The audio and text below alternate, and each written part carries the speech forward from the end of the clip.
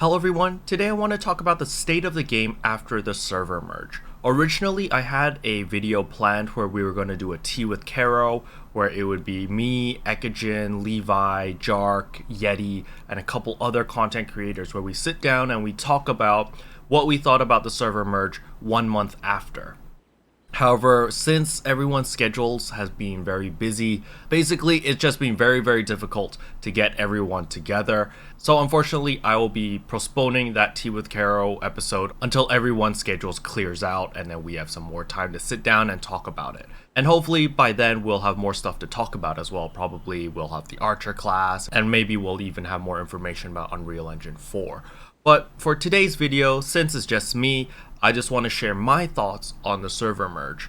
So my number one concern when the server merge happened was lag, because when we were Zulia and Yura back in the day, we already had server lag. However, I always had a theory that both of these subservers were hosted on the same physical server. That's why when you join Yura or you join Zulia, your ping was the same.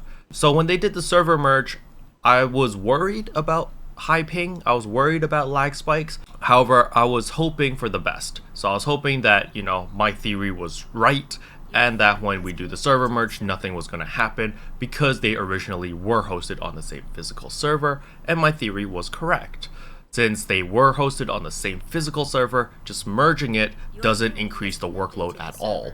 So we didn't experience any lag spikes, no nothing. It was just fused and then boom, all of NA's community is now on one server, all of EU's community is on one server, and there was no lag spikes, no nothing, no big deal.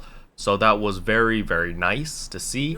I'm actually quite happy about this server merge, because now it allows a lot of players to play together. There was a lot of viewers out there that used to play on Yura, and the only way to play together was through F8. However, I don't really like going into F8 that often, mainly because of a lot of technical issues. One of the main technical issues that I have a really big problem with is, let's say you're doing a Warp Citadel and you're in the middle of the run and suddenly your internet goes out or you lag out or whatever reason and you die. When you reconnect, you can't rejoin your party. You have to press forward to revive, and after you revive, you can't rejoin the party again. So you have to go back into F8 and people have to LFP you in.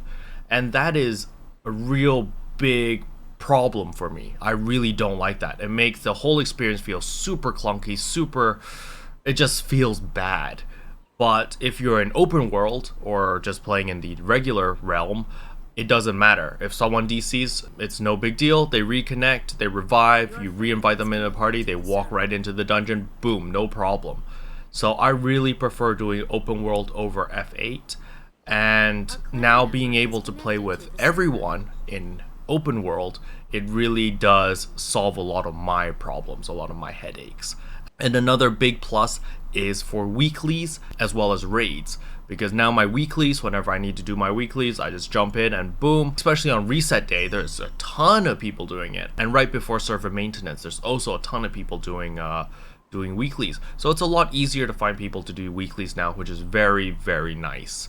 Unfortunately, we still have this silly bug on where on the last day, your weekly challenge will still say 0 out of 3 even though you've completed all your weeklies. So I really don't understand what this bug is, but NC West say they're looking into it, so hopefully they fix that.